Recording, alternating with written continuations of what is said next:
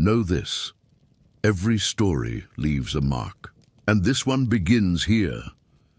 She is sitting in a creaky wooden chair, the kind that holds echoes in its joints, near a tall window that lets in a softened kind of evening light. And over her shoulders drapes a faded cotton shawl that smells faintly of lavender and old books. Her eyes, though lined with the years, still carry a certain brightness. And her mouth rests in that quiet in-between, a shape you'd call a smile if you had to give it a name. Her name is Evelyn, and 82 winters have passed through her like rivers smoothing stones.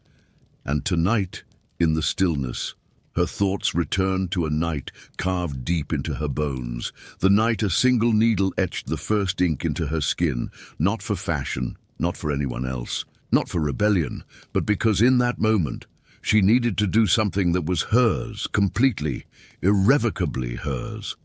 You see, the house she was raised in didn't make room for softness, not the kind you'd be wrapped in now.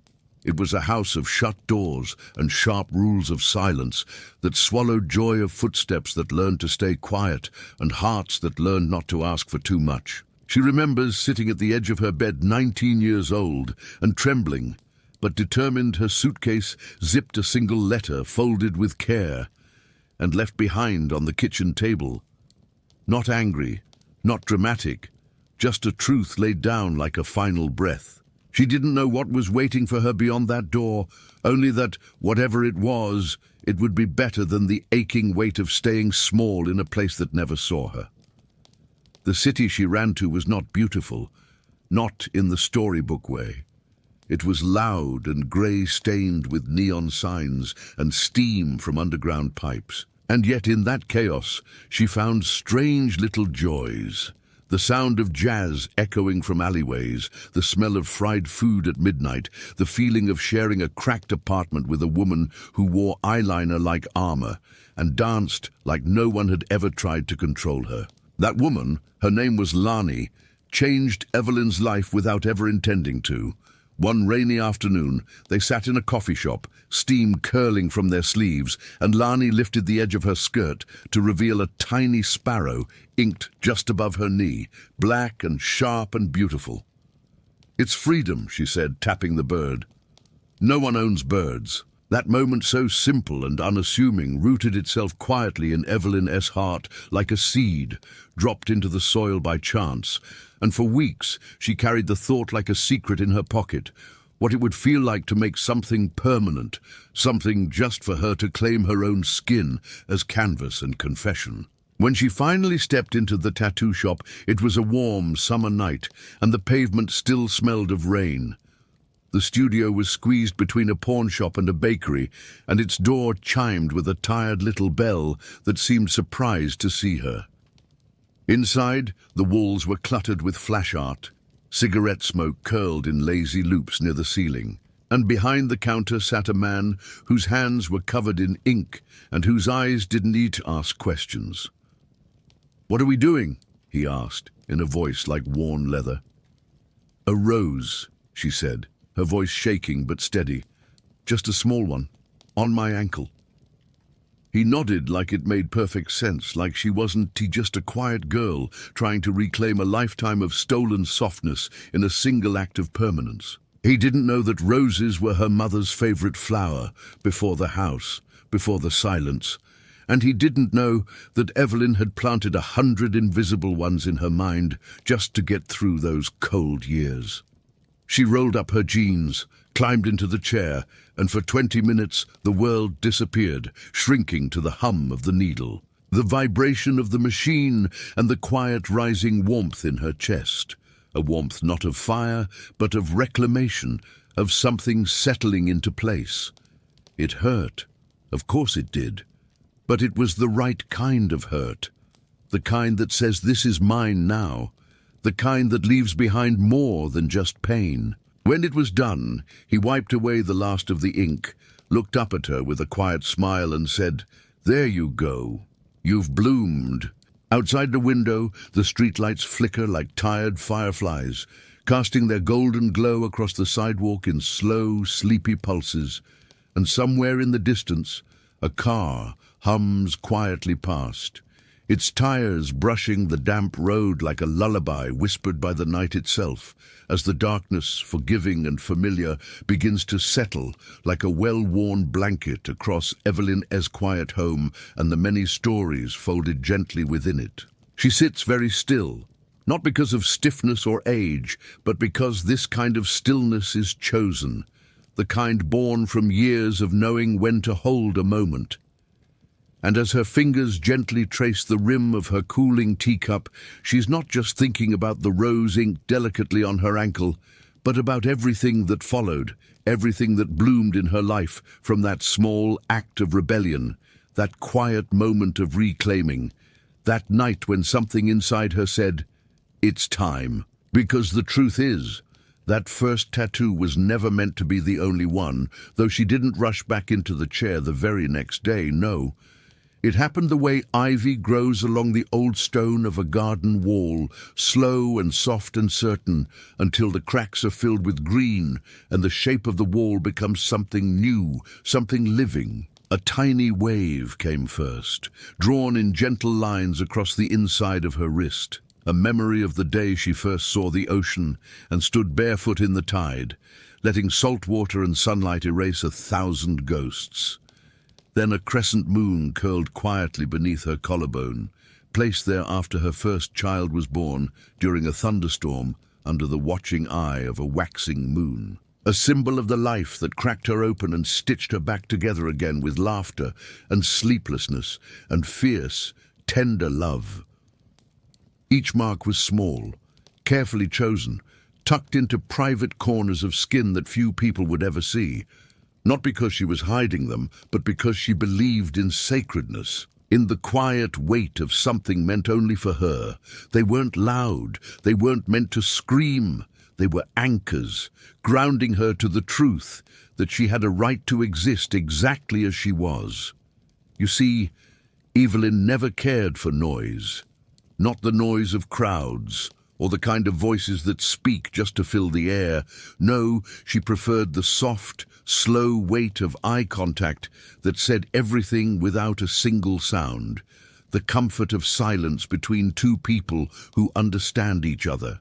The ritual of morning coffee sipped without conversation, only steam and breath and the occasional turning of a page. And in the same way, she didn't choose tattoos to be noticed or admired or judged.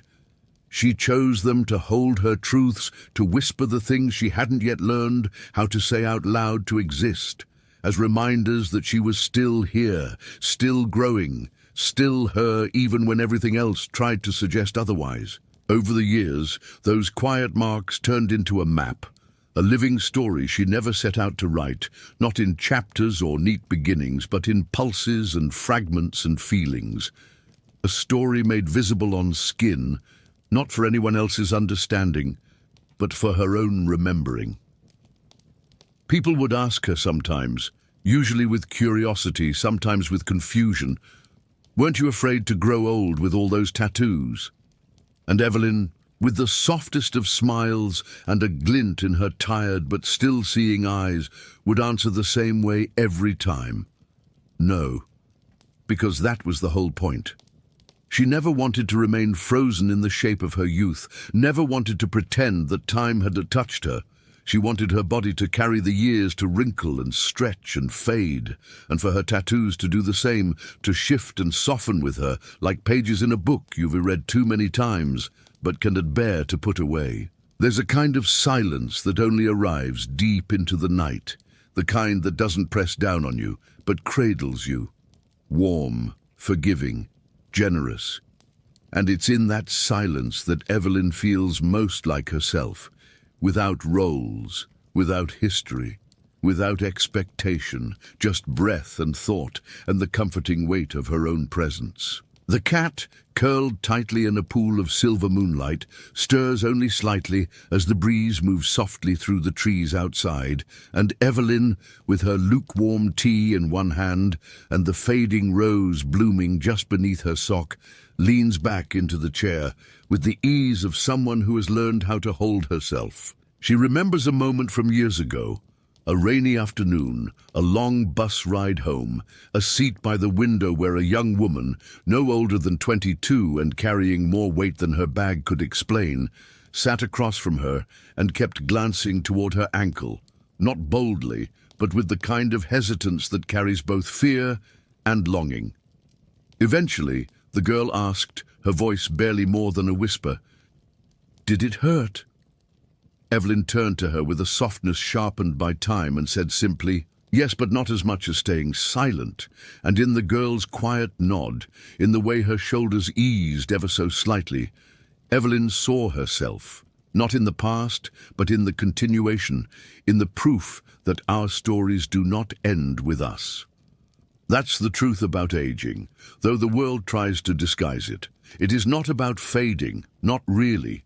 It is about blooming again and again in smaller, deeper ways that don't need to be seen to be real. It is about dancing barefoot in kitchens lit only by fridge light, about finally speaking truths without apology, about weeping from joy and not wiping the tears away too quickly, about getting a tattoo at 70 because you've stopped asking permission and started listening to yourself instead, about softness becoming your loudest declaration.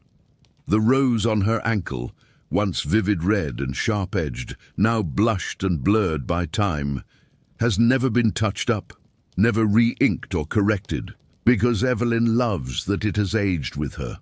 Not ruined, not erased, just changed, because she knows, the way only the wise can know, that nothing, not skin, not sorrow, not ink, needs to stay sharp, to stay true.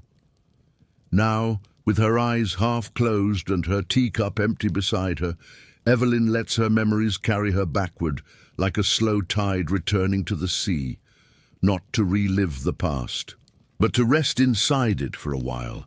The buzzing of the machine, the smell of old leather and ink, the woman with the sparrow, the quiet tattooist with eyes that didn't ask why, the apartment that shook when the train passed, the life that bloomed where she never thought anything would grow. The wind has stilled, the world has quieted, and the night folds gently around her as she touches the ankle where the rose still lives, and whispers to herself with a smile not of pride, but of peace. Every story leaves a mark, and this one just happened to be in ink. So if you are still awake, still listening, tucked somewhere warm with your own memories humming low beneath your skin, know this: you are allowed to bloom even now, especially now, no matter what age you've reached or what scars you carry, not despite them, but because of them. Your softness, your lines, your wrinkles, your ink, they are not flaws or fading things, they are the language of your becoming. And if you ever doubt that, just remember Evelyn S. Rose and the quiet power of deciding that your body is a story worth writing. Let that thought wrap around you now. Let it hold you gently as sleep begins to rise. Let the night carry you home. Good night, beautiful soul. You are safe, you are seen, and you are still blooming.